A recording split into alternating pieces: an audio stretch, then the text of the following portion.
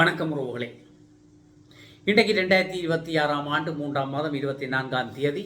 இன்றைக்கு யாழ்ப்பாண மாவட்ட செயலகத்தினுடைய ஊடகப் பிரிவின் செய்திகள் வெளியாகியிருக்கின்றது. அந்த வகையிலே நாங்கள் பார்க்கின்ற போது சீரான எரிபொருள் விநியோகம் தொடர்பாக பிரதேச செயலாளர்களுடனான ஒரு கலந்துரையாடலை யாழ்ப்பாணம் மாவட்ட அரசாங்க அதிபர் திரு மருதலிங்கம் பிரதீபன் அவர்கள் இன்று நடத்தியிருந்தார்.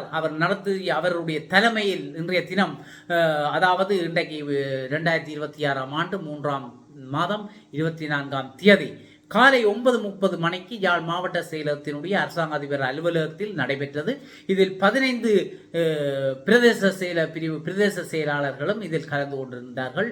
அவர்களுக்கு இடையிலான அந்த கலந்துரையாடலிலேயே இந்த சீரான எரிபொருள் விநியோகத்தின் பற்றிய கலந்துரையாடல் இடம்பெற்றிருக்கின்றது.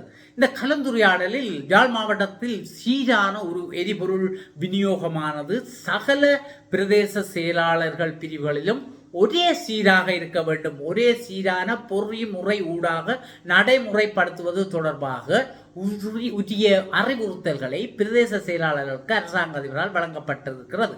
அதாவது அது உண்மையில் ஒரு நல்ல விடயம். என்னென்னு சொன்னால் 15 பிரதேச செயலாளர் பிரிவை கொண்டது யாழ் மாவட்டம். அந்த யாழ் மாவட்டத்திலே அந்த 15 பிரதேச செயலாளர் பிரிவுகளிலும் ஒரே பொறிமுறையான அல்லது ஒரு இடத்தில் ஒரு மாதிரி இருந்தால் அது கொஞ்சம் கணிப்புகள் பிரச்சனையாக இருக்கலாம். அங்காரிஞ்சால் பிரச்சனைகள் வரும். ஆக அரசாங்க அதிபர் உண்மையிலே ஒரு நேர்மைத்தன்மையாக பிரதேச செயலாளர்களை அழைத்து அவர்களுக்கு ஊடாக அதை சொல்லியிருக்கிறார். ஒற்றை பொறிமுறையின் கீழ் இந்த விடயங்களை நாங்கள் கொண்டுவர வேண்டும், நடைமுறைப்படுத்துவது தொடர்பாக உரிய அறிவுறுத்தல்களை பிரதேச செயலாளருக்கு அவர் அரசாங்க அதிபர் வழங்கி இருக்கின்றார். அத்துடன் இந்த அத்தியாவசிய உணவுப் பொருட்களை கொழும்பிலிருந்து கொண்டு வருவதற்கு எடுத்து வருதல், கொழும்பிலிருந்து அத்தியாவசிய பொருட்களை மக்களுக்கு கொண்டு வருதல், உள்ளூர் உற்பத்தி பொருட்களை வெளி மாவட்டங்களுக்கு எடுத்து செல்லுதல், இங்கே இருக்கிற அந்த உற்பத்தி பொருட்களை வெளி மாவட்டம், உண்மையிலே இங்கத்தை விவசாயிகள் பாதிக்கப்படக்கூடாது, அவர்களுடைய அந்த இங்கே செய்யப்படுகிற உள்ளூர் உற்பத்திகள் வெளியிடங்களுக்கு எடுத்து செல்லுதல் மற்றும் விவசாயம், மீன்பிடி போன்ற அத்தியாவசிய தேவைப்பாடுகளுக்கு எரிபொருள் சீராக விநியோகத்தினை வழங்குதல் தொடர்பாக உண்மையிலே அவர்கள் இந்த QR கோட் என்ற அந்த நடவடிக்கைக்குள்ளே பல விதமான பிரச்சனைகளை சந்திக்கிறார்கள்.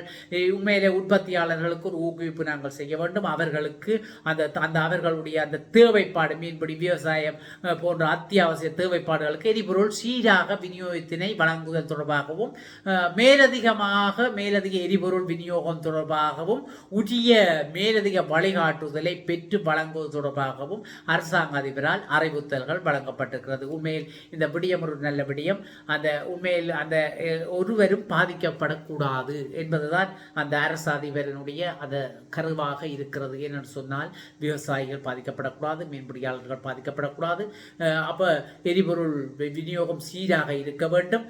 மேலதிகமாக அவர்களுக்கு எரிபொருள் விநியோகம் தொடர்பாக அவர்களுக்கு உரிய மேலதிக வழிகாட்டுதல்களையும் பெற்று வழங்குவது தொடர்பாகவும் அரசாங்க அதிபர் கூறியிருக்கிறார். உண்மையில் அது நல்ல ஒரு விடயம். அத்தியாவசிய பொருட்கள் கொழும்பிலிருந்து இங்கே வருகிறது, கொண்டு வரார்கள், இங்கிருந்து அங்கே கொண்டு போகிறார்கள் உள்ளூர் உற்பத்திகளை. இப்போ அவர்களுக்கான எரிபொருள் போதாமல் இருக்கலாம். அப்போ அவர்களுக்கான ஒரு சரியான தேவைப்பாடுகளை சரியாக சீரான ஒரு விநியோகத்தினை வழங்க ஒரு நடவடிக்கை எடுப்பதாகவும் அவர்கள் வழிகாட்டுதலை பெற்று வழங்குவது தொடர்பாகவும் அரசாங்க அதிபரால் அறிவுறுத்தல்கள் வழங்கப்பட்டிருக்கிறது. இந்த கலந்துரையாடல் பலதரப்பட்டவர்கள், அதாவது கலந்துரையாடலே மேலதிக அரசாங்க அதிபர் மற்றும் காணி அரசாங்க அதிபர் மற்றும் மேலதிக அரசாங்க அதிபர், காணிக்குரிய மேலதிக அரசாங்க அதிபர் மற்றும் பிரதம கணக்காளர், பிரதம பொறியியலாளர்கள், திட்டமிடல் படைப்பாளர், உதவி மாவட்ட செயலாளர், பிரதேச செயலாளர் கலந்து கொண்டு, அதாவது மாவட்ட செயலகத்தினுடைய பதவி நிலை உத்தியோகத்தர்களும் 15 பிரிவு பிரதேச செயலாளர்களும் இதில் கலந்து கொண்டிருக்கின்றார்கள்.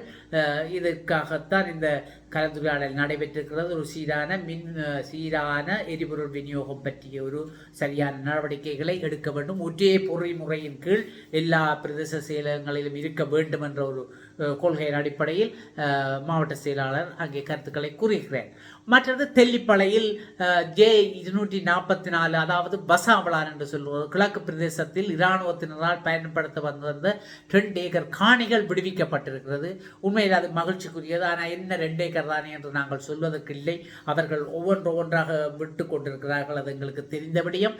அந்த வகையிலே 2 ஏக்கர் தெல்லிப்பளை 244 J வசாவளான் கிழக்கு பிரதேசத்தில் உள்ள இராணுவத்தினரால் பயன்படுத்தி வந்த 2 ஏக்கர் காணி விடுவிக்கப்பட்டமைக்கான உத்தியோகபூர்வ ஆவணம் அவர்கள் கொடுத்துக்கிறார்கள். நாங்கள் விடுவித்ததுக்கான உத்தியோகபூர்வ ஆவணம் யாழ்ப்பாண மாவட்ட அச்வேலி ஒட்டகப்புலம் 511 பிரிகேட்டின் கேர்னல் PMC வன்னி நாயக்க அவர்களினால் அரசாங்க அதிபர் திரு மருதலிங்கம் பிரதீபன் அவர்களிடம் இன்றைய தினம், அதாவது நேற்றைய தினம் அது நடைபெற்றிருக்கிறது.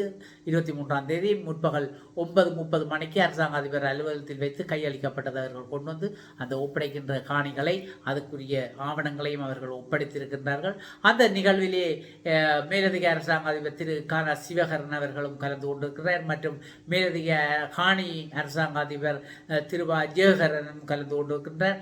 அத்துடன் கலந்து கொண்டிருக்கிறார்கள் எனவும் இவ்வாறான பலருடைய முன்னிலையில் இந்த நிகழ்வு நடைபெற்று இராணுவத்தினால் பாவிக்கப்பட்ட காணிகள் இவ்வளவு காலமும் அவர்களுடைய பயன்பாட்டில் இந்த காணிகள் ஒப்படைக்கப்பட்டிருக்கிறது. அதாவது 10 ஏக்கர் என்கின்ற போது இங்கே 32 பரப்பு என்று சொல்வார்கள், 16 பரப்பு 1 ஏக்கர் என்று சொல்வார்கள் என்று நினைக்கின்றேன். அந்த வகையில் 2 ஏக்கர் என்பது கொஞ்சம் இல்லை, கொஞ்சம் கொஞ்சமாக இராணுவ கட்டுப்பாட்டில் இருக்கின்ற மக்களினுடைய காணிகள் விடுவிக்கப்பட வேண்டும் என்பதுதான் எல்லோருடைய கோரிக்கையும்.